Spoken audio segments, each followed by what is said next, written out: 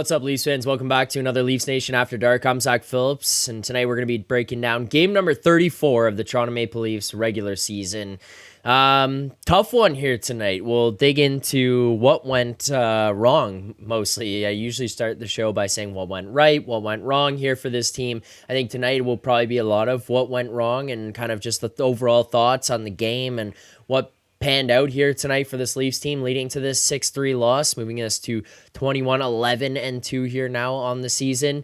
But as we dig into that one, you guys know it here already, and if you don't, I'm not sure where you've been or if you've been hiding under a rock, what's going on, but this is a presentation of Bet365, proud partner in the Leafs Nation pregame and the Leafs Nation After Dark. Open an account Bet365 today and bet on a huge range of markets. Use code NATION, NATION, all caps. Whatever the moment, it's never ordinary at Bet365. Make sure to sign up today using the code there in the chat when you do so. But we'll dig into everything that went on here tonight for this Leafs team. And to help us do so, someone that has been accused of being, I believe the wording is an AI construct. There are people who did not think that this man was a real person. The legend himself behind the scenes making Leafs Morning Take work every single day, producer Vick. Welcome for the first time ever to the Leafs Nation After Dark. How you doing tonight? Bad one to come on for, Vick. Bad, good. I mean, there's a lot to talk about, so I'm happy about that. Just wanted to say, that's fair. Here I am. I showed my face. They called me out in the chat, and here I am. Unlike, we've called out a couple people in the chat for not showing their face, so I think you know what I'm talking about. Yeah, I'm no stranger to doing that. That's something that's happened pretty common here, especially on Leafs Nation After Dark. Vic, I'll start with this, and it's going to be another member of the Leafs Nation who actually tweeted this out, and I kind of want to get your thoughts right away on the comment. Rosie tweeted 3 minutes ago. Can't remember a game this year the Leafs had no chance from start to finish. Yuck. I would push back and say there's probably like the Columbus game following the Tampa one. That one is probably up there. That was a rough one too. But I mean, that aside, that's pretty much how this game here went tonight. Didn't start on time. You're behind the 8 ball right away. You're battling an uphill battle throughout the entire 60 minutes. Like, this was not a fun game for us here tonight. I don't want to disagree with Jay because I very rarely do, but I thought they had a chance. I thought they had a chance after 3-2. Willie put the team on the back, and I was feeling it. We had a couple chances early on in the third as well, and then this is another thing too. I said it in our little group chat there too. Of course, Isaiah George, hometown kid, scores his first career goal. I haven't seen that in a long time. We've kind of avoided that. I don't think Pierre-Engvall played today, even though I'm pretty sure he's like in minors somewhere. Yeah, that's what I mean. But I was expecting him to get one tonight if he did play, but it's the exact opposite. It's like the hometown kid 20th career game, and of course he gets one in off Tanev, and then that was lights out after that. Let's start with the first period. That was about as rough as it could have gone in terms of starting on time and kind of having to, as I had said there, like face an uphill battle throughout the course of the game. This is an Islanders team that, for the most part, if they want to, they can kind of just say, okay, we'll park the bus and we'll shut this thing down and play very boring hockey. It's not what ended up happening here tonight, but they do have the ability to kind of dictate that here and there, and especially with a goalie like Sorokin in net, they can kind of pull that one on you. You get down right away here to the Isles tonight. It's 2-0. 2 goals on 4 shots. Berube calls the timeout.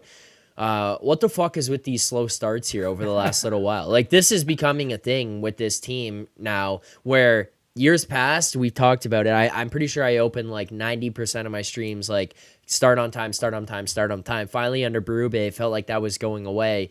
And now here we are. We're right back to it. Like, is this worrying to you right now as well? Yes, it's been worrying since Mike Babcock was here, and like how many times, like how is this still happening? How is this still happening? I do give them, God, I feel like such a homer today. Usually I'm a little more fired up, but again, second half of the back-to-back, and then your captain goes out, earlier today. You got a lot of news breaking and all this stuff. I'm kind of giving them, I'm making the excuses for them. I know it's not an excuse for the rough start, but I thought, honestly, I feel like Joseph Wall was a bit of the reason why they fell down behind the eight ball. I feel like he was a little timid to start. He did settle down in the second there, but I felt like he was a little deep in his net, especially on that Horvat goal, the second one on the 2-on-1. Riley played that terribly in the neutral zone, but I felt like he was way back in his net there. I don't know. For once, Timmins did the right thing. He took the pass away, and I don't know what Wall was doing. He didn't expect a shot or what. I don't know what was going on there, but he started slow, and then he did battle back, though. He played a good second, and then, I don't know. It was a little too late then. Yeah, he did battle back, but I mean, those first couple as well were kind of ugly, honestly. Yeah. Like, that's not, I mean, I don't want to be panicking or freaking out here on the show about goaltending. I hate being the blame the goalie guy. Yeah. I hate being the blame the goalie guy, but yeah, it was rough. The second one especially, I bet he wants that one back as well. Yeah, 100%. The one, the Horvat one that goes in under the blocker, far side there, I'm like watching that. It's a tough one. It's one you don't want to have happen, but I mean, is what it is. Rick the Sizzle, a couple bad bounces, but yeah, Wall will want one of those back. Agreed. Mike Fammy, Wall was hung out to dry tonight. Yes, absolutely. The deserve to win a meter, which has already been brought up in the chat here. Someone suggested that the deserve to win a meter here should have had a negative number for this Leafs team tonight.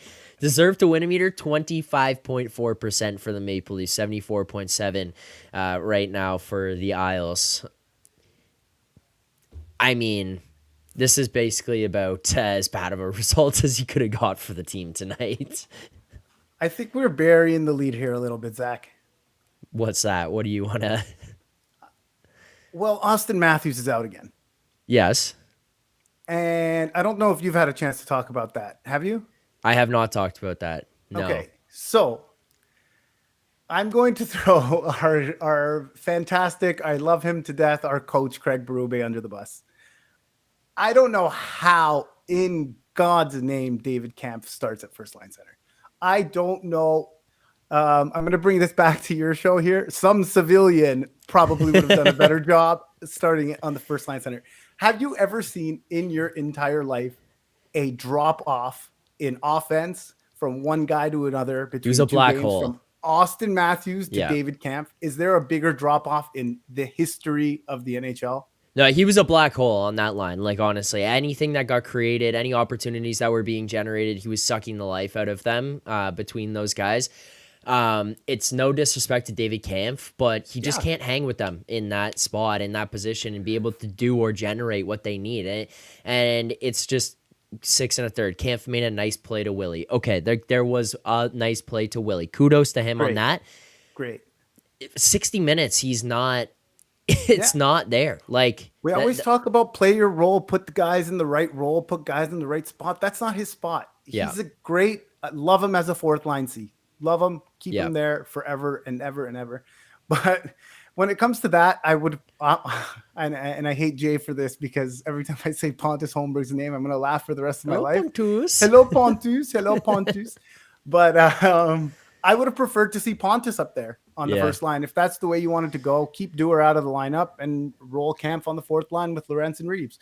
But I don't know what that was. And then obviously the line juggling started after that because he saw what we saw, and it's like that just did not work.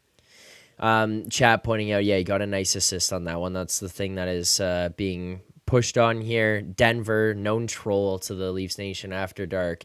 I think no matter what happens on the show, no matter what we say, he's going to have the opposite take. He says, Zack, stop. He passes well. I think he passes at a replacement level. Like, what? I don't know. I've never watched a game and being like, wow, look at the vision on 64. I don't know. My God, what are you watching, Denver? Jeez.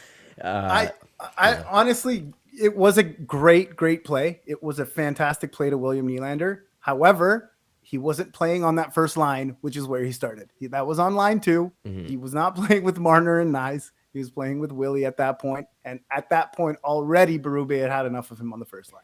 Yeah, and they made the shuffle there, right? Like they quickly switched that thing up, and they ended up swapping Marner and Nylander in those lines.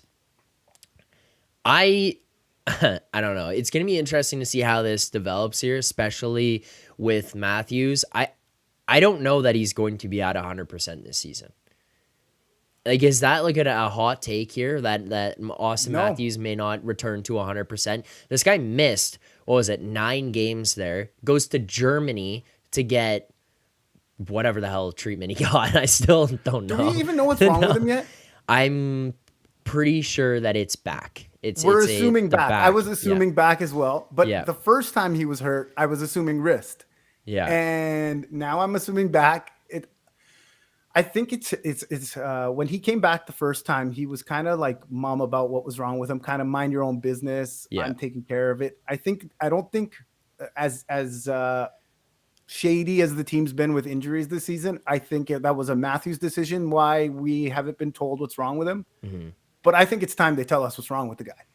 Yeah. Well, I mean, they did kind of admit to it a little bit when they were talking about the Gilbert cross check in the third Yeah, the period cross against check hurt him. Buffalo Yeah. and saying, like, oh, yeah, they basically didn't shy away, saying, yeah, that was a reason for the re aggravation. It's like, yeah, no shit. A guy with chronic back issues takes a cross check to the lower back. He's probably going to hurt, especially when he's already kind of been laboring so far this season. I mean, it's amazing too. Like, I've been getting a lot of shit from people here in the chat, and obviously Matthews didn't play here tonight, and we're kind of just talking about filling in the holes on that. But I've been getting some feedback on it of people being like, "Well, look at his stats since he returned."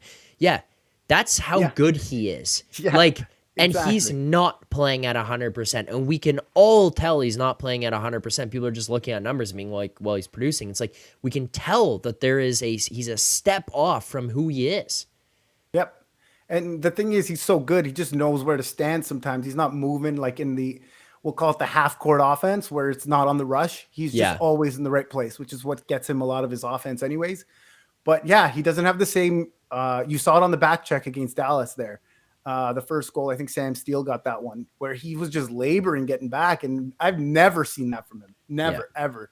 And yeah, he's clearly something's been off. Do you think they shut him down? I think he should. I saw that he was. I think the wording was like He's questionable tomorrow, I questionable. believe. Yeah, Yeah. on for Monday against Winnipeg. Yeah, question. Like, dude, if he's questionable, don't play him. If you get Yeah. back from Christmas here or whatever he's gonna do over the next 4 days, and there is even the slightest like not, oh, it feels a little bit tight here, Yeah. don't play him. Do not play him. There's no need for it. The team was clicking when he was gone. Obviously, I don't think that they're a better team without him, and they struggled here tonight, which I don't think was a result of Matthews not playing. I think that was just how the team showed up here tonight. But you know that your team is capable of winning games here. You might not be at a first in the Atlantic pace with him out of the lineup, but you're still going to be above water. You're not going to be dying here without the guy. Give him the break that he needs, whatever it may be. Find whatever treatment, rest, whatever it is to get him back. I see no reason at all for this team to be forcing him back into the lineup, especially when you're going to look at some of these games and go, yep, physical team against the Winnipeg Jets, a heavy team with the Winnipeg Jets, like that kind of stuff. Look up and down the lineup or the schedule over the next little while. You're getting some Washington Capitals, Dallas Stars games mixed in here. Those are teams who will be physically punishing. Do not put the guy in those positions if he's laboring at all. Take him out. Like, give him time. Yeah. And the question becomes then how much time, right? And I've seen some. I love Twitter, man. I've seen do the Mark Stone, put him on LTI to the end of the season, That was what which I wanted. I kind of like that idea. I'm not gonna lie, but I don't think that's gonna happen. I don't think we'll get there because yeah, during headlines in the second intermission, Freed kind of said that nobody's panicking. He's gonna be fine. Yeah. Everybody's relaxed. Everybody's cool with this. But again, if like they went their record without him in the lineup is incredible and shocking almost. Yeah. But when Willie plays the way he does, I think it's like the Malkin Crosby thing. When Crosby's out, Malkin takes his game to the next level, and Willie does the exact same thing. He was a beast tonight. He was absolutely on fire. Every time he was on the ice, something was happening. Chances were happening. He's second in the league in goals now. I know. What's going on here? Okay, Vic, ready? We're going to do take it or leave it. All right, let's do it. William Nylander is clear-cut the second best player on this Leafs team. Oh, take it. I've been saying that since a long time ago. Long time ago. I've always thought he just had a... Okay. The defensive part of the game now, though, like that's where the difference is. Where he is actually...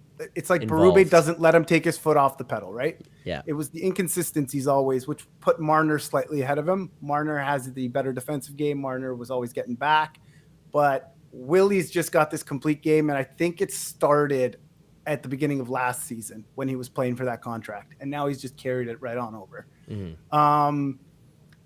What do you think? Take it or leave it? Take it, 100%. 100%. Like, not even close for me right now. When Robert Smith says, leave it, he's the best player on the team. No.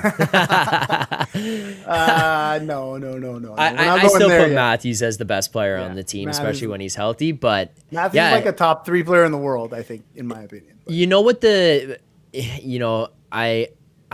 don't know. I would go McDavid, McKinnon ahead for sure. And then I guess okay. Too. Okay, he's there. It's there. It's just like Draisaitl. It's like basically like Draisaitl, Makar. Yeah, and then it's the next. Like some like other we know who the top like in that. top one is probably. We both agree on. And then it kind of go from there. Okay, fair. But the thing for me with Willie, which I think we saw here tonight, and I think goes to your point, is the fact that he's a driver, right? Yep. Like the guy will very much drive play and make things happen out there no matter who he's playing with. We've seen him play on lines with, Max Domi and Bobby McMahon and, go to Pacioretty and JT, who are playing really well right now. But remember back earlier at the beginning of the season, it was like Pacioretty is getting healthy scratched and John Tavares, it seemed like he hadn't put his amulet on yet, so he didn't have these legs underneath him. And every time we're watching him, like, now they put Willie with those guys and all of a sudden, bang, everything's going. And Willie's the one driving things and creating things. He's the one who's getting opportunities to go for the full 2 minutes on the power play. And the first moment that I ever saw it and started to kind of change my perspective on him was the Montreal series in the bubble. Obviously, things went horribly wrong for the team as a whole, but I kept watching Nylander and his play and being like, yeah, there are things that are frustrating here. There are times where he will say, fuck it, I don't want to get hit on this play. But when it comes to, the I don't know like the right word, but it's like the, you ever play like NBA 2K when you get the takeover bar and you can activate it and you do whatever you want. It's like Nylander has the takeover bar where he gets to this point in the game where it's like the puck is following him, it's on a string on his stick, and then out of nowhere he just goes coast to coast, goes around the offensive zone, circles around twice, cuts into the net and rips a top corner. You're like, holy shit, how did that just happen? And he brings you right back into the game. 2 goals here tonight. He willed the boys back today. Willed the boys back today. And funny enough, I was actually watching the Amazon doc just yesterday, and just watching him, and I don't know, kind of bummed me out. Obviously, I don't know why I did that to myself, but again, I just wanted to relive that, and just watching him and how he stepped it up in the playoffs, how angry he is actually on the ice. I know. Sometimes like give me the fucking puck. Just give me the fucking puck. And he's just like, I don't know. And then what did he do? He scored the 2 goals in game 6. I think he scored the last 3 goals of the last season. one in game 7. Yeah. He just, I don't know. He's just got this aura about him. Like he doesn't give a shit. Like, give me the puck. I'm better than you. And I wish that Matthews had that more sometimes. Like, I'm the best player in the world. I'm better than you, and I'm going to dominate tonight. Yeah. And it feels like he's the only one that has that in him. Well, that first goal that Nylander scored here tonight, obviously, like, JT enters the zone, drops it back to Willie. But, think about even just the path traveled by Nylander to score that goal. He starts over on the blue, like at the blue line, basically on the right side of the ice. By the time he scores it, he's down, just past the left side hash marks in the middle of the ice area, down below those, going backhand top shelf far side. And it's just because he basically plots his way across there, where it's this ease about him, where he's getting there effectively, efficiently, pretty quickly, but it looks like he's really coasting, like he's not trying at all, and he just navigates his way across the ice confidently with the puck, protecting it. He's not going to let anyone strip it off him, makes that play. It's just moments like that, watching this guy, that I just continue to grow in appreciation for how amazing he is and how impactful he is in this lineup. Like, that guy is unbelievable. Yeah, and another one too, when he kind of he went left to right, and then Sorokin kind of made the most calm save I've ever seen, the most calm glove save I've ever seen. Yeah, when I thought he was going to rip I've seen Willie, I've seen Willie rip that top cheese like 100 times. Yeah. And when he did that, I think it bothered Willie a little bit. He's like, "I'm going to get you," and he got the second one a little bit later on. And he's laying Why can't this guy get a hat trick, man? What the hell is going on? He has like 30 straight 2-goal games, no hat tricks. What the fuck? Get one. Get a fucking hat trick, man. Vic, do you remember Matthews had like the most 2-goal games in the NHL with without hat tricks and stuff? At some point here, that dam is going to break for Willie, and it is going to flood. I guarantee it might happen this season, next, I don't know, but he's going to get one. And then next thing you know, he's going to rattle off 4 in 20 games. And we're going to be sitting here going, what the fuck just happened? 12 goals from this guy in the last 20. It just doesn't make sense, man. Yeah. It doesn't make sense. Guys with this much friggin' talent, man. It's insane. Let's go to some stuff that was said here in the chat. One of the things that I want to get to is super chats. Did anyone chirp my eyebrows? No, I haven't seen anything. Okay. I haven't seen. All right, I got one up on Mickey then. No, no one did. We'll get to our first super chat here of the show, and for those who don't know, as we get to our super chats here, we do have a super chat charity sponsor this season. It is Sick Kids. So it goes to a great cause here on the show. If you're going to send a super chat, make sure to send those along, ask your questions. We will try to answer them throughout the course of the show here tonight. We do have a couple here lined up already, so let's get to the first one here, Vic.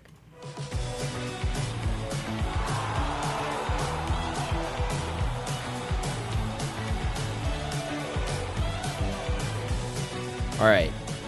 2 super chats in this one. We'll go with them both. So sang them. Sends both super chats. We appreciate that. Thank you. The first one, I don't know if you caught this, Vic, last night. I teased there. We've got a special guest, and the chat said Celine Dion was going to be coming on. So Sangnam says we got to blame Celine Dion for the loss here tonight, because I said no, it's not Celine Dion. So that's the first super chat. Thank you. So Sangnam also says, let's be fair, if the entire roster was made entirely of camphs, every game would be a 1-0 loss. Very responsible, but zero creativity or finish. I love it. That's great. It's facts, man. It's facts. It 1-0 loss. Exactly. Man, Revo, breakaway. I thought it was done. Do you think he scores first or fights first? I saw you guys talk about that on the morning show the other day, and I think you might have said it in our chat, and I was like, maybe draw, neither. Yeah. We might get to the end of the season and be 0-0. Yeah. Zeros across the board for Reaves. Man. Honestly, I don't know. He seems right now to have zero interest in fighting. We're seeing him look guys off, or he gets challenged on stuff and won't go. You think this is a Berube thing? Body a little bit today. Yeah, he did. He's engaged physically, which I mean, I'm not gonna knock him on that. He is engaged physically. He's out there. He's in scrums and stuff. But it seems odd that we are now 34 games into the season and Ryan Reaves hasn't fought once. I hate it. Everyone talks about, he's a deterrent. People don't pick on Matthews and Marner because they know he's in the lineup. That's why they don't do it. They don't pick on him because Revo's in the lineup. We're going to have to deal with Revo. Well, Revo hasn't shown you that you have to deal with him. Yeah. Revo hasn't. At some point, you have to actually fight somebody to become a deterrent. You have to pummel somebody, show that you're still the big dog. so that people will fear you, or people will have this, oh, I might have to fight Revo. He hasn't shown that he's going to fight anybody. He hasn't shown it at all. When I loved Morgan in yesterday's game, he stepped up there for Austin, and I mean, he hasn't done much else, but that's a different topic. We'll get to that in a second. I think. I Yeah, hope we actually. will. We will. But yeah, what deterrent? What are you talking about, deterrent? Matthews got his ass handed to him last night. Now he's out of the lineup. Revo was in there. Yeah. What's going on here? Yeah. No, I agree. I don't understand. And like I always see, you know, like the calculator community talks about this. Oh, like what do you mean he's not going to do that? Like then you see like a big hit happen and stuff, and then they're like, "Oh yeah, Ryan Reaves really stopped this one. It was some big thing in years past." I think that there's a misconception of what those guys are. Like they don't stop those plays from happening necessarily, but when it happens, there are consequences for them, and they make sure someone like people on the other team understand those. Whereas in years past, you kind of run around willy-nilly and do whatever you wanted to this team, and nothing would ever happen to you. That's the first difference. The thing I said on the show last night, Vic, which I still believe, and I'm interested in your take, is I feel like one of the things we've seen this year, and I'll point to the second line specifically with Tavares and Pacioretty and those guys, and Nylander are kind of benefiting from it too, playing with them, is there's not necessarily a deterrent, as you said, but I think that there's a level of confidence that's now instilled in Tavares and Nylander of being able to go out there and, take hits and be going to the front of the net and driving and getting involved in physical plays or scrums or whatever it may be. Like last night against Buffalo, Tavares takes a whack at Zucker that gets the penalty late. I don't care about that. Like, I don't mind it at all. You showed some emotion. You showed some life. How many times here in Tavares' captaincy with this Maple Leafs team, obviously now only wearing an A, but have you seen him show any sign of life? Like last night, there was a few moments of that. Matthews gets cross-checked. Marner goes in to say, hey, don't do that. And then all of a sudden, as the camera cuts in, you see this hand come swinging out of nowhere and just kind of like bop the guy on top of the head. And they're like, holy shit, that was John Tavares. I think Max Pacioretty being on that line has elevated that because he's big, he's tough, he's mean, he's physical, and he's going to go out there and punish guys. And that line, they can also see now here, Vic, that Pacioretty's not having to deal with shit for the most part. He's running guys over, and people are kind of looking at him going like, oh, okay. And now Tavares and Nylander have this confidence in them as well. I think that's what those guys need. Like, right, Reaves, kind of on the other side of it and where the conversation we just had, hasn't been providing that as much.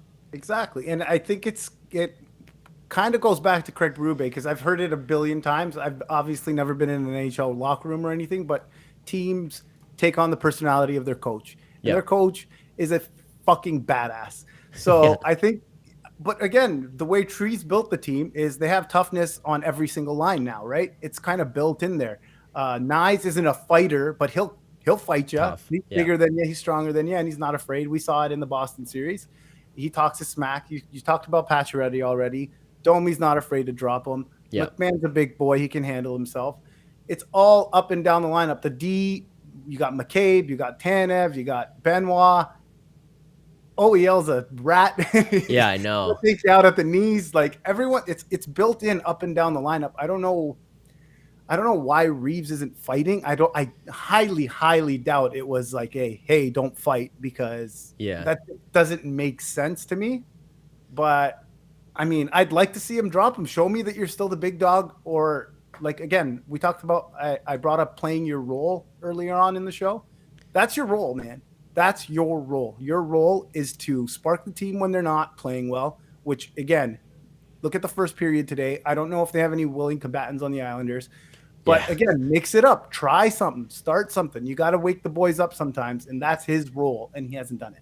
Yeah, you also have the ability where you don't have to go out there and fight, but you could go out there and piss people off. Like, get in people's faces, throw some jabs around in scrums. You don't have to take penalties for those things, but you could start to draw some excitement, some energy to the game, and it feels like right now that's been lacking. It's kind of a disappointing thing here so far.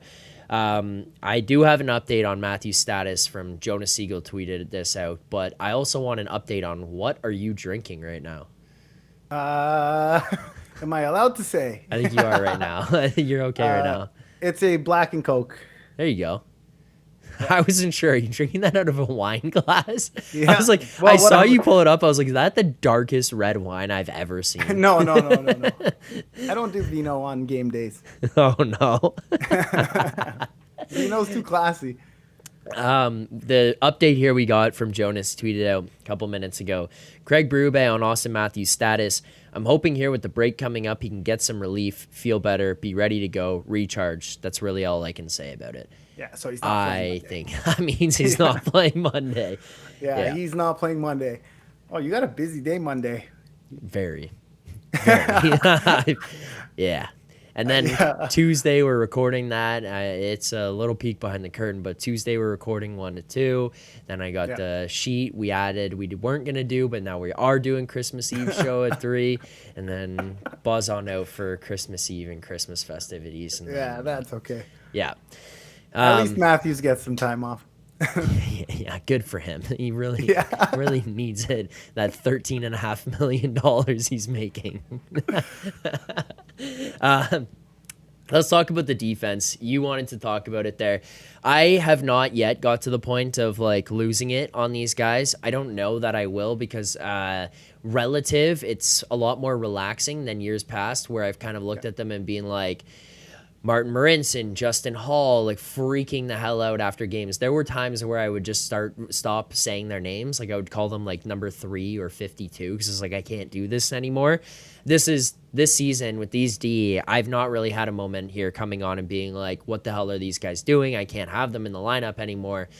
We have seen them be a little bit more, a little bit leakier lately. I don't know if it's strictly on the defense here as much as it is maybe on the team as a whole for not playing as tight defensively, but the defense has dropped off, and I think a couple of the big holes would be a $7.5 million one right now, who seems to be my favorite term of all time when Sheldon Keefe called Jimmy Vesey vanilla. You can't really be vanilla at $7.5 million.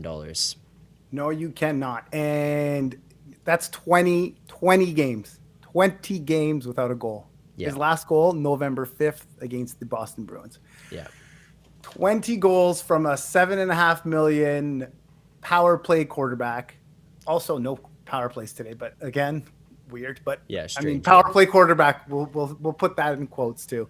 Power play quarterback. I don't know what's wrong with this guy. I think he's trying too hard, and it honestly could be 17 different D partners. Like he plays with Philip Myers, then Connor Timmins, then Simon Benoit, then Chris Tanev, then Oliver Ekman-Lars, and blah blah blah blah blah. But I am happy about one thing, and I think it seemed to settle him down a little bit because I saw him jumping in the play a little bit more today. Yeah, and I don't know what it was, but when they put Chris Tanev with him, I think that could unlock something. I think he just doesn't trust like Philip Myers, for example, or Connor Timmins, for example. He doesn't have that same belief. He doesn't want to make the mistake. He doesn't want to get yelled at by Berube. But something's got to give here, and I'm super, super happy. And if one thing stays the same from this game, and I hope it's that Riley and Tanev get to play together a little more.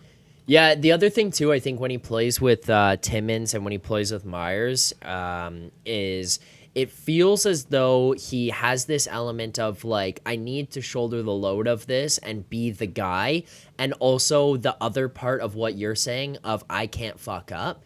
And it's like this mental game he's playing with himself of like, this is who I am and this is how I have to play, but I can't do this because I don't trust that guy, but I have to be the guy. And then all of a sudden you're getting him being like timid in situations and then just making mental mistakes that shouldn't be occurring because he's a veteran guy who's proven that, you know, at the top of his game, those are not things he's allowing to happen. We see him in the playoffs in the big moments. He's a guy who can step up and elevate his game. But I would agree there. You know, that's one of the things I liked as well about him playing with OEL on a consistent basis was that OEL could be able to stabilize him. He could calm things down there and kind of say, hey, you know what? I can get things out as a pass-first guy here as well. Chris Tanev can get it out as a pass-first guy. So Morgan Rielly, not every single time the puck goes down below your goal line does he need to be the first guy back there, racing back to try to turn things, because there are other people who can help him. Those guys are not Myers and Timmins, in my opinion. You know, Yeah. their Connor Timmins has been really good this season. Kudos to him for Not fixing his today. game. Sorry. Not Not the today. last week, like not the Yeah. last week here. It's fallen off a little bit from his game, but like again, I was just gonna say those guys, they are not Tanev, OEL, McCabe. Like they do not bring that, and they do not support him enough. But at the same time, he's got to be better. He's got to Oh be yeah. contributing much more because it's not been enough from a guy who makes that much money right now. Yeah. And the thing is too, like he always seems to play his best with the guys the calculator community hates. Yeah, Like he's the best. He plays his best with Ron Hainsey. He plays his best with Luke Shen. He plays his best with Matt Hunwick. And it's like Matt Hunwick, those holy. guys, those guys were always had his back. Those guys knew who the offensive minded player on that D pair was and always had his back. Then you got a guy like Connor Timmins. God, awful tonight. Awful. Again, great season. Uh, like above average season for what I was expecting from Connor Timmins, but man, he was terrible tonight, and it just sucks that Yanni Hakanpää didn't work out because I Yeah, would love see that feels like the kind of guy that Morgan Riley plays well with is a guy like Hakanpää, big, right-handed, just stay back, block a shot, and then give me the puck, and the I'll get Luke it out for Shen. us. Yeah, Yeah, the Shen build, and then again, like this isn't a Connor Timmins bash session, but I'd love it if there. I don't miss him very much. Don't get me wrong. Timothy Liljegren, just having another guy in there to step in, right-handed shot that could also move the right. puck. Having that as a seventh D as a different option. I do miss that though, because given Timmins a couple games off here, I think he needs a couple games off here. But you have no one to spell him. Like, what are you gonna do? Yeah. Well, the one thing too, I got asked yesterday, does this team need defense more or do they need a center? And the thing I said was, I think this is the first year that you could look at these guys and say, you know what, with what you have in the top four defensively, this is the first time I'm not kind of approaching the new year and the trade deadline and saying to myself, wow, we could really use a top four. Because last year, who we were trying to go out there and acquire, or us as fans were thinking of?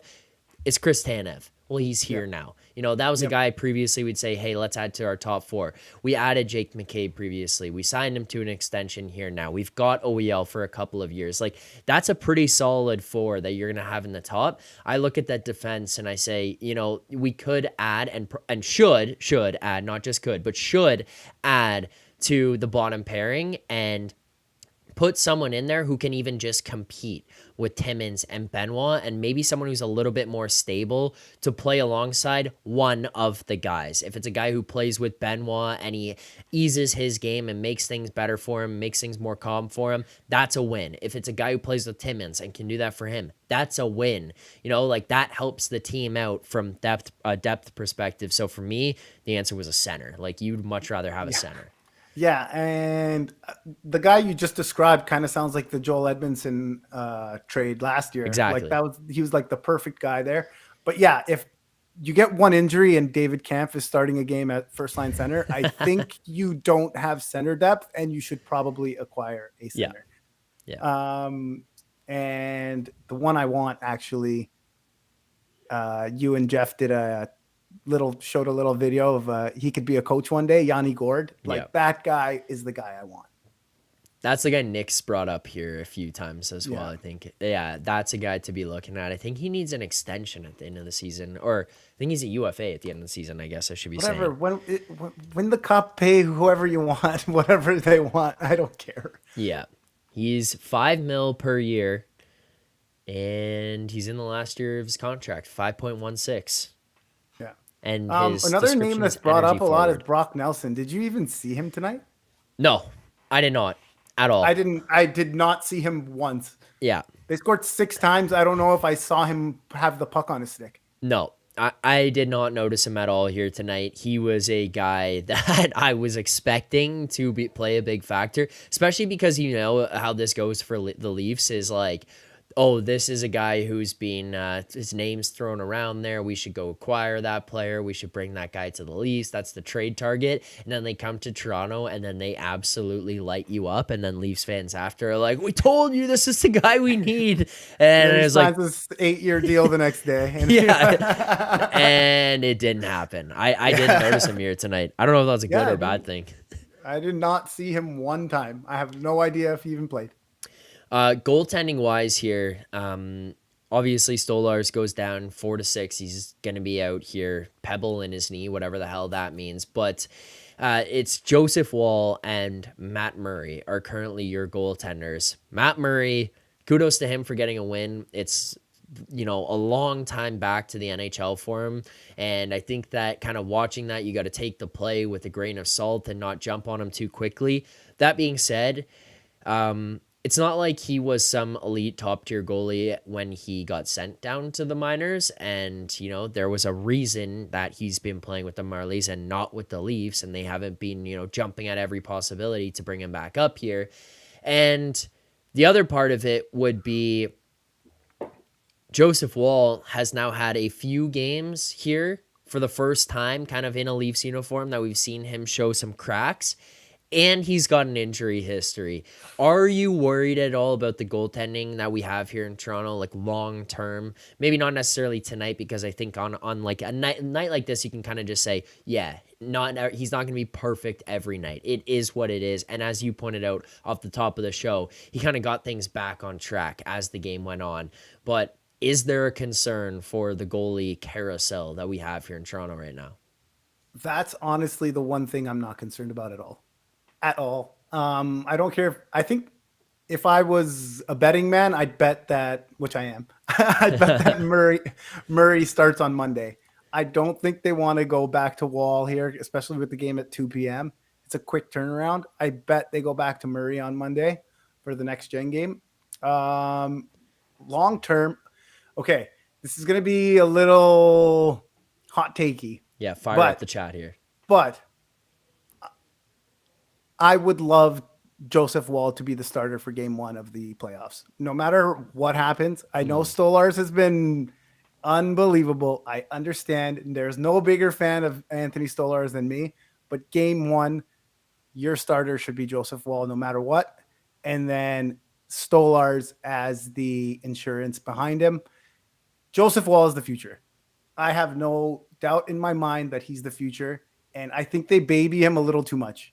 I think they're too careful. Let him get a couple of games in. So on Leafs Morning Take, we had John Sebastian Jaguar join the show. And he talked about how he hated playing the 2 games in a row, back to back, like Tuesday, Wednesday, hated playing both. But he said that every single young goalie should get a taste of it, because you have to see what that's like.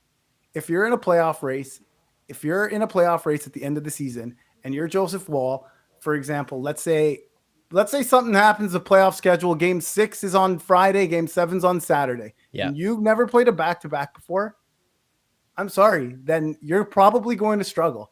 Mm-hmm. He needs to get a little taste of it. And again, this is the time to do it. We're in December. Nick always says the regular season doesn't matter. I disagree with him. But again, this is the time to try things. Yeah. And I feel like they should give him the ball a little more. See if he can handle 3 starts in a row. See if he can handle 4 starts in a row. Yeah. If he tweaks something, he tweaks something. We have the goaltending depth. We have Hildeby. We have Murray. We have Stolars coming back in a few. So I think they should give him the ball a little more, man. Let him get on a run. I want to see if he can do it. I don't know necessarily that like I disagree, but I kind of lean more towards Stolars as being my guy that I would rather have in that game one. I don't know, maybe it's like backwards thinking on it, but having Stolars be the guy that you're going to rely on to go in there, I feel like he's just a veteran. He's been around it. He's experienced all these things. So in the playoff situations, especially if he's playing this well, and it's like, okay, you guys are at least going toe to toe on how well each of you is playing, then I probably give Stolars the edge there just based on maturity and, experience and being around it. But there is the element, man. He showed you. I know. There is the element of like Wall. If he starts, Stolars would be, very comfortable filling in, which is the other thing that kind of pulls me the other way. That's the Yeah. only thing for me. Yeah, and honestly, Wall has never started a series, man. Yeah, that's He's true. he, he's never started a series. If he started that Boston game 7, I honestly think the Leafs win that one. Like his first 5 playoff starts have been elimination games. He's been Yeah, there, seen some rough shit, man, and he's been through it and he's thrived in it. And it was a fluke injury that kicked him out of game 7. He was trying to like get his shutout or some shit. He dove across, pulled his back. I hate it. But again, put him in there, man. insane. Every time he's in there, I have all the faith in the world in him. Completely poised. And you've heard the Carey Price stuff about him a million times, man. Yeah, You've heard the Carey Price comparisons. He's calm, he's cool, he's collected. He's not fishing around, he's not swimming in the net. I just think he's the future. We've got him locked up for 3 more years. Let's see what the fuck he can do, man. that's fair. Okay, Vic. 45 minutes into the show, I didn't even realize that, but Yeah, me it's neither. kind of flying by here, and you know it, but it's something everyone in the chat should be aware of as well, because this is not your average trip. This is the nation vacation. We're taking it to the Music City, baby. From March 20th to 23rd, we're packing our jerseys and heading to Nashville to watch Toronto take on Nashville in their own barn. We're talking hockey action, honky tonk vibes, and the kind of memories that only come when you roll deep with the Nation crew. Flight packages, we've got them. Prefer to handle your own travel. We've got non-flight options too, whatever works best for you. Just get yourself there, because this trip is going to be electric. Spots are limited, so don't miss your chance to join the action. Book your trip now at nationgear.ca. That's nationgear.ca. Nashville awaits. See you there. Vic, how fired up are you for this Nashville trip here? I cannot wait. I've never been. Have you been? No, I've never been either. Oh my goodness. I cannot wait, man. I cannot wait. I don't even know what to expect. You know what I was saying too is like, I've never been to Nashville, and the first time I'm going is going to be with Jay Rosehill and Nick Alberga. Yeah. Good luck to us, man. Good fucking luck to us. Yeah, that should be fun though. That trip, obviously, the entire package would include accommodations, airfare there if you're buying that, hotel. It also includes, what is it? It's tickets to the game. It includes bus passes to and from the airport here in Toronto, and you get exclusive access to the bars where we're going to be doing some Yeah. shows and content and stuff with us there. So it's all involved in that one. Vic, anything else for you here tonight? Because I mean, you could stay on with me here as I do grades and play the game as well if you Yeah, want to. that's Actually, fine. I but mean, I'm here. What else did I want to talk about? yeah, what Let's else you see. got? Oh, can't have a show without bashing Marner a little bit, right? Okay, that's Just good. just a little bit, just a little bit. Okay, I'm it's gonna put one just play you he on the made. screen. It's just one play he made, and I hope you remember it. Second period, Okay, Willie makes it 3-2. Next shift, Tavares, Marner, Pacioretty come on the ice. They do a little cycle, and then the puck goes to the half wall, and Marner grabs it. He does a fake clapper with Patches in front of the net. Then he spin around, backhand blind into the Yes. slot, and they take the puck and they clear it out. Other than that, loved his game. Please, Mitchell, please just stop doing that. Take that one play out of your game, and you will get probably 50% less criticism. Yes. One play. Take that one play out, that one play in the game, and I feel like the fan base will turn and they'll ask to re-sign you. Just stop doing that. And the reason people get so fired up about this is because, like, in the regular season, it doesn't matter, but he does those in the playoffs, and they stick out a million times more of why did you make that play there in that situation, when it's like you could have made the easy play, the smart play, the play we all saw that, yeah, it's predictable, but it's safe, and it's the playoffs. And I get taking risks, and we deal with it on the opposite side of things with William Nylander, where we sit there and we look at him and we're like, yeah, you're going to deal with these fuck ups at the blue line, because Willie is so confident in himself and he's so capable of doing it. The only thing with Nylander that I notice is these things are getting dialed back. They don't happen as frequently. Berube won't allow them, and Nylander seems to be taking that criticism and turning it down a little bit. Mitch, I feel like we've seen this basically his entire career, but I do think, I will give him credit on it, I do think he does it less now than he did before, which is a positive. And the one difference between those two guys, like you're going to get a turnover from Nylander a lot.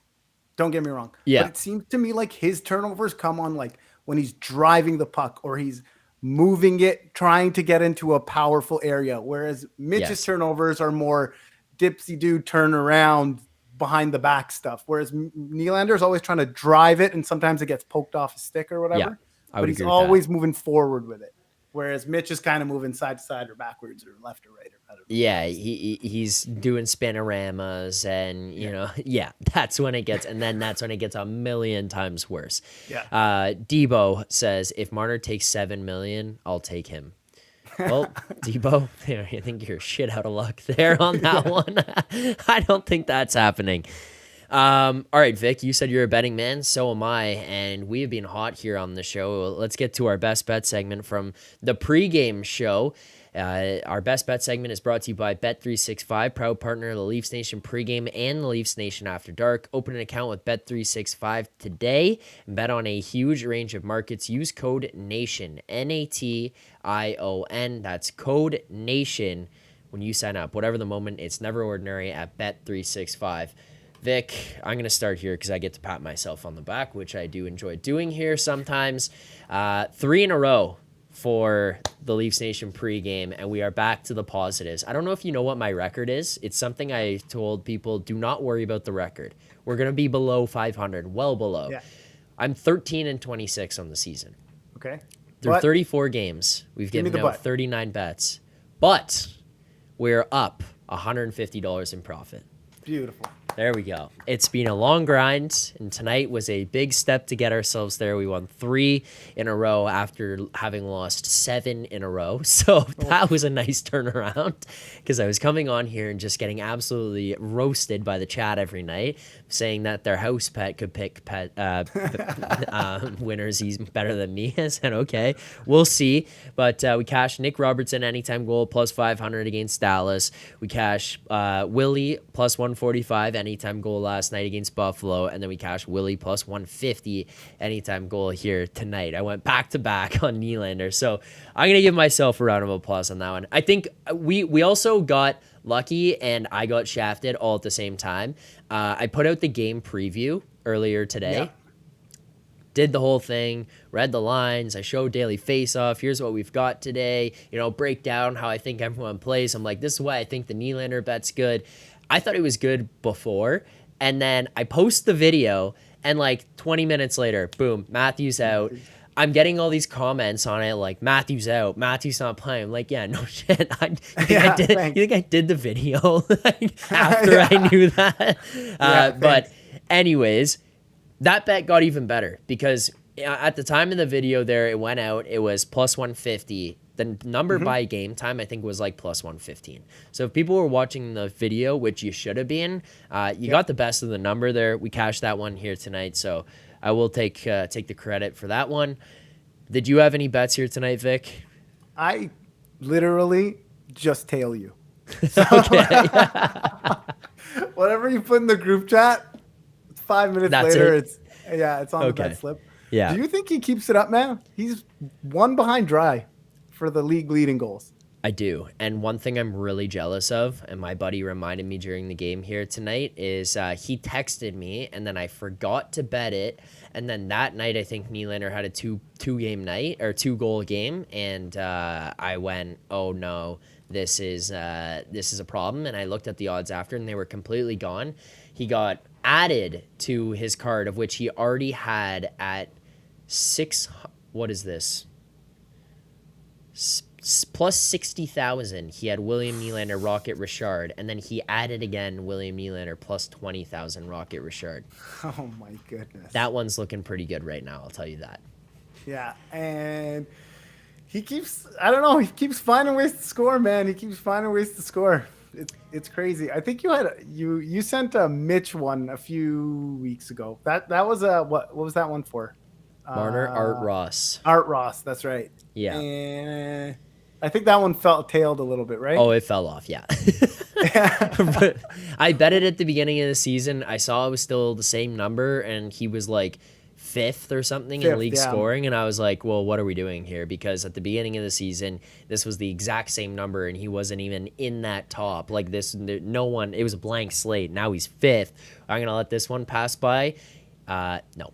And then he went on a tear with Matthews out, and he like did even better, where you thought maybe he'd see a little dip in his game, and it like he just took off, and now Matthews is out again, so maybe you'll get back in there, man. He is seventh in the league, but he's 11 points behind McKinnon. The only issue here is that I do not foresee McKinnon slowing down that much. Yeah.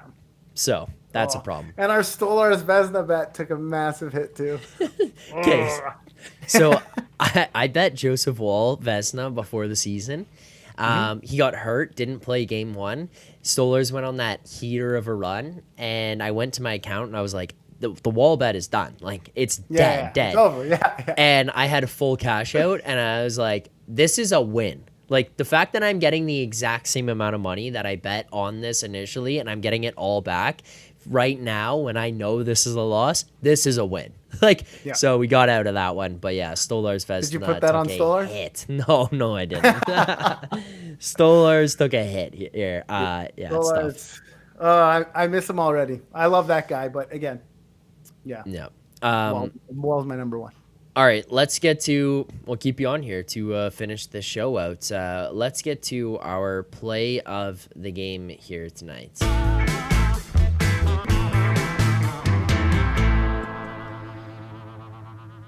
All right, Vic, I will let you start. What is your play of the game for this Leafs team tonight? Oh, God.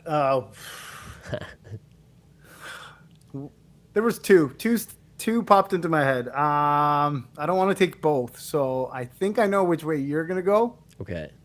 So I'm going to take the Wall right pad save that kept it 3-2. Mm-hmm. I'm going to stick with my guy. That was my theme of the day, was just pump Wall's tires a little bit. I know he had a rough one, but I don't want people to think I'm the blame the goalie guy. So we'll go with Wall, right pad save, and I think I know where you're going. I'm going with Willie on his ass in the slot. That's mine. I figured. That one was also just a great play, like all the way around. It's not just the finish of it. It's Nyes hounding on the back check there as the Islanders try to break out of the zone. Willie coming over to give added pressure. The two of them steal the puck. It's Nyes driving around down on the outside, protecting it to the outside, drops it back to Kampf in the slot, who makes a nice assist, as pointed out by the chat. Kicks that one, which also was hilarious because it was like, wow, nice play, like getting that thing out of your feet. But it was also like, if that's a better player, it's probably never hitting his feet. It's just tape to tape, but whatever is what it is. In his feet, kicks that thing up to his stick as he goes in, drops it back to Willie, who's literally, I watched that thing 20 times, just sitting there parked, like just waiting. And then it comes to him, rips it, gets knocked on his ass, laying down on the ice after he scores. That's my play of the game. I'm happy I left that for you because you did a much better job of describing it than I've done so many of these now that it's like at this point I've got this whole thing built in of why they're plays of the game, because people get mad sometimes. They're like, that wasn't my play of the game. I'm like, well, it can be different for everyone. It doesn't have to be the same. And I decided, I got to explain them more. That's my play of the game. Another thing I want to shout out, which is an unbelievable stat. I'm sure you saw it on the screen there tonight. I didn't know. Obviously, now it's not as great because they lost, but the team was 16-0-1 when Bobby McMahon scores a goal. Yeah. Bobby, nuts. How is that even possible? Does he just score all the big goals? Like, is he That's just what a I'm big saying. goal scorer? Or does he score only when we're blowing a team out or what? Like, I don't get it. How does that work? I know. And that goal tonight, too, was also pretty great. It's McCabe holds it in at the blue line. Marner, who corrals that puck as he goes across kind of the top of the circle area to spread things out. Everyone draws attention to him. Bobby fills into that spot at the top of the circle, kind of going towards the net. Marner feeds him across, and Sorokin just can't get across there in time. So He It's a nice finishes shot, that too. one. And it's a Yeah. great shot too. It's well placed. It's hard. The other thing too, which is like an underrated piece of it, is how quickly he gets that off. If he waits or fumbles that for a half second, whatever it may be, Sorokin's getting across. He's a really talented goaltender. He can move across quickly. He reacts to the play pretty well. But Bobby grabs that thing, snaps it on net right away. It's in the back of the net. And that for Bobby, by the way, is 3 straight games here with the goal. Yep. I said at some point here that third line was not going to be able to score all 3 of them every single night. Yeah. It happens here tonight, but kudos to Bobby McMahon. Do you think they play together on Monday? Back to the McMahon, Domi, Robertson, or do you think that's it? That's it. Well, the issue here is like what the hell happens with the Matthews replacement, because David Kampf cannot play top 6. Like, let's call it what it is, man. He can't play top 6. He's a guy who can play in your lineup 100%. Like, Yeah. top 6 is not for him. He does No. not move at the same pace of play offensively for those guys. I'll give him credit. I think he at least thinks the game well enough. I think that's why he's so good defensively. He's got a high enough Yeah. IQ to think it. But there's a reason he's better on the defensive side. You know, like that's why there's like corners in football, is because like they're really smart and really fast, but they can't catch the ball. So that's why they say you're not a receiver. You're actually going to go as the defense. You just swat at the thing. That's kind of like David Kampf here, where it's like, hey, dude, you're really smart and you can move your feet with these guys. Offense, maybe you're bottom 6 guy. Yeah. I used to say that about Tyler Bozak a lot, where he'd play with Phil Kessel and JVR, and he could think the game like them, but his hands couldn't do what his brain was thinking, right? So he's like, oh, there's a pass there, and then it's like, yeah, but I can't make it. So, he has a lot of that in his game. But so otherwise, I think the third line should stay together, but with I do Matthews too. out, I feel like we're going to see some shuffling. I don't know. Okay, so let's do that then before we get to grade of the game and close this out. Monday comes around. It sounds like Matthew's not going to play. What do you do with the lines? Do you bring Fraser Minton back? Do you go with what you have in, Dewar and Kampf and Reaves and these guys who are here? And I'm not saying Ryan Reaves playing in the top 6, but I mean filtering through and filling out the lineup. Like, how do you solve this ahead of Monday's game? Ugh. Hello, Pontus.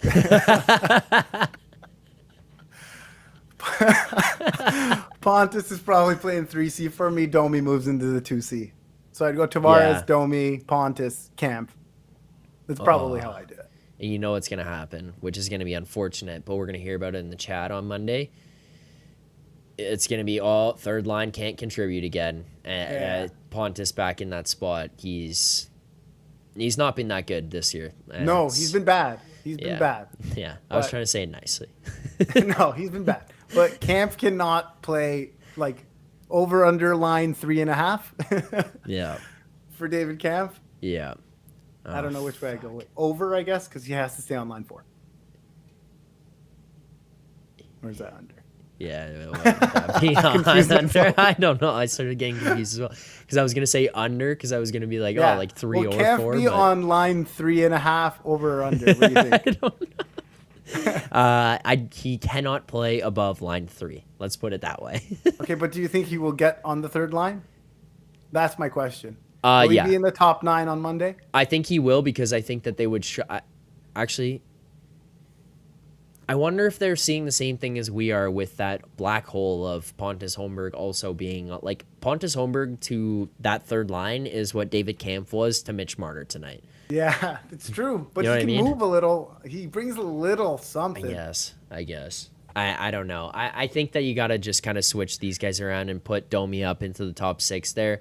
Yeah. I would not put Pontus Holmberg in there because I feel like that kills them. I would honestly probably look to like Connor Dewar and see what he can do. Like give guys a try. I don't know, but maybe they'll put Willie back in the middle.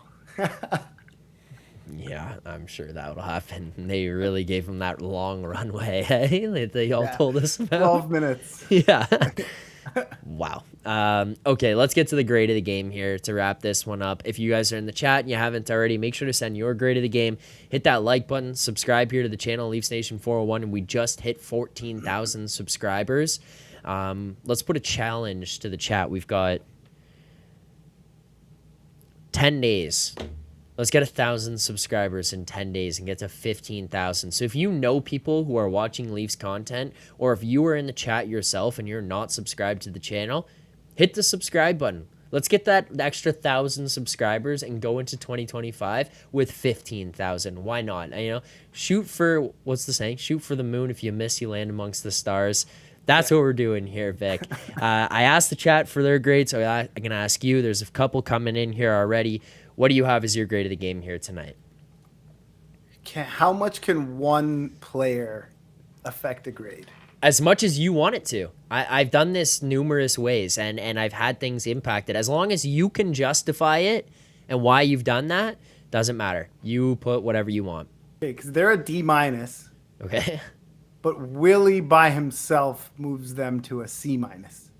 Okay. Okay, and I think Willie's game just explains that all on its own. Yeah. He lugged the boys back in, and I think after he scored that second one, the boys got a little bit of jump, and they started to play better. The fall off happened in the third. I think after that Isaiah George or whatever his name is goal, that kind of sunk the boys again, and then they started to push. And yeah, you know what happens when that happens. I thought a lot of the D were bad tonight.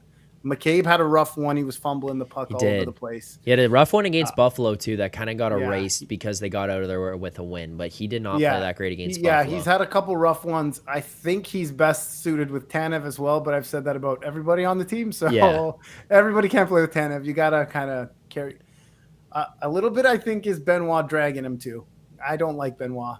I'm going to say it right there. I don't like Simon Benoit in the lineup at all. There's no one to replace him. I don't like Simon or Connor Timmins. Something's got to give. But whatever, in the playoffs, the top four will probably play 50 minutes anyways. Yeah. So I'm going C-. Okay. Sorry, D- but to C-. Yeah, but Willie dragged him. It's a full grade increase because of Willie. Correct. Before we get to mine, we have a super chat here, Vic. I don't know if you see that. I don't. I can't see it anymore. I see you and like a bunch of blurry lines. Okay. Well, the super chat that we've got here, I was worried. We had gone basically the whole show, and we hadn't heard from her. Oh. Tammy comes in right at the final buzzer. Better late than never, Tammy. Vic, she sent 2 emojis. Okay? Okay. I don't even know how to... There's 2 emojis here. Okay. A cat. And do you know what the second emoji is? It has to be a fish. It is a fish. Not me, though. I'm here. You're real. Vic is real. I'm real. Tammy, thanks for the super chat. It is a cat and a fish. We appreciate that. My grade of the game... my grade of the game is probably going to be a D+. I am just below you there, Vic. I know why you put that up, but you know, the one goal that's scored is we talked about how great this guy is and how everyone's better with him. The one goal that's scored is Chris Tanev trying to play goalie 2.5 feet in front of Joseph Woll, and he goes to block the shot. I love that the guy's willing to eat pills, but maybe every now and then you just don't need to eat every single one. He goes to block that one. It hits the ball. It hits his shin pad and bounces through Woll's legs. Yeah, it just doesn't need to happen. I'm not going to rip him for it, but it's just like, hey, maybe you take that one off.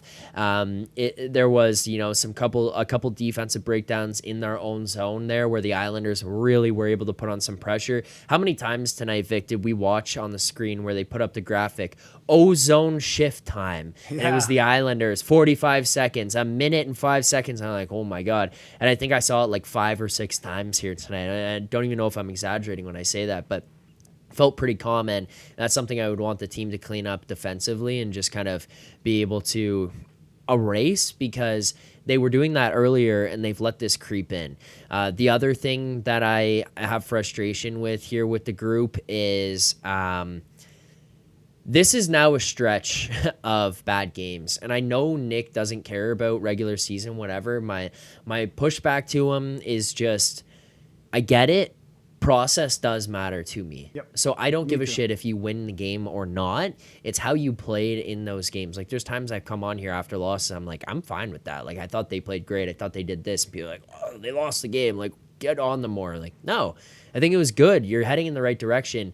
The last, like, week Even and a the wins. half, it's the wins are not that great. The losses are deserved. Like, I'm fine with them getting lucky sometimes, and I think it's a nice shakeup for the team where in years past you probably like lose last night's game and you don't win the game. You probably get thumped against Dallas. You know, you lose the game against Chicago. You lose the game against Nashville that you win. Nice. You turn those around and you won. Those are nice. But like, this is a stretch of a week and a half, 2 weeks, maybe even a little bit longer of not great hockey. Yeah. Great moments in there or great periods, but not 60-minute efforts like we saw prior to that. And I want that to turn around. But tonight was another example of that. And you kind of did get your shit handed to you a little bit by the Islanders here tonight. Like, they dictated the play for the most part. The reason here, like Mike Batson, FFF, how do you give passing grade on that game? The reason is because there was pushback. You know, they didn't roll over and die. They did get it handed to them here, especially, you know, look at the great what the hell is this thing called? Deserve to win a meter. Thank you. Yeah, they got it handed to them. You know, it was not pretty, but there was pushback, and then they didn't give up, and they tried, and they got themselves close, and they were a 1-goal game, etc., etc. That's good stuff. That's why I can at least get them to that. But this basically was like as bad as it could have been pretty much all the way around, other than William Nylander and pretty much the one bright spot of Bobby McMahon buzzing there and the save that you brought up by Joseph Woll. Outside of that, not pretty. Like, it's just, call it what it is, not pretty. And possibly some whack coaching decisions, putting David Kampf on the first line. Like, that stuff to me, I look at and I'm like, would prefer that not be the case. But that's why I get to D+ on my grade here tonight. Oh. Yeah, they were waiting for Matt Murray to get back into the locker room because he has the belt, so they couldn't. Yeah, they didn't want to hand it off. He's not there. Yeah, he's not there, so he can't hand it off. So yeah, nobody. They're like, I'm not gonna win the belt tonight. I'm not even gonna try. Yeah, Vic, you know where he took that thing? 5 minutes down the road. Yeah, with his Marley belt, he's the double champ right now. Yeah. 2 weight classes. He's got both. Yeah. That'll do it for. That'll do it for tonight here, Vic. I appreciate you hopping on throughout the entire show and doing this. I thank you for proving to the chat that you are, in fact, a real person and not just an AI construct. And then when you go to the show on Monday morning, you can tell them that you actually appeared on camera and you are a real person as well. Yeah, no catfishes here. No catfishes. All right, Vic, I appreciate it. I mean, I don't know if you want to just stay with me as we close this thing out and I go to the end slate. Why not? You've been here throughout the whole thing. But that's going to do it for tonight's show. This is a lot of fun with the chat and with you coming on here tonight. Thanks to everyone who hit that like button, subscribed here to the channel throughout the course of the show. Thank you to everyone who sent super chats. Obviously goes to a great cause. The Sick Kids charity there. We all proceeds from the super chats go to Sick Kids charity partner. So thank you guys for sending those along. This has been game number 34 of the Toronto Maple Leafs regular season, losing this one here to the New York Islanders tonight 6-3, moving to 21, 11, and 2 on the season. Thank you all for watching. Make sure to subscribe here because Monday morning, 11 a.m. Eastern, producer Vic back with Rosie and Nick for another edition and of Easton Leafs Cowan. Morning Take. And Easton Cowan. There you go. So tune in to that one on Monday. Thank you all for watching. Until we see you guys again on Monday for Morning Take and another Leafs game. Until then, keep believing. For more content just like this, including game previews, post-game live shows, Leafs Morning Take Monday through Friday with Nick Alberga and Jay Rosehill with special guests, as well as instant reaction videos, make sure to be subscribed here to the Leafs Nation YouTube channel, turn on notifications so you don't miss anything, and drop a like.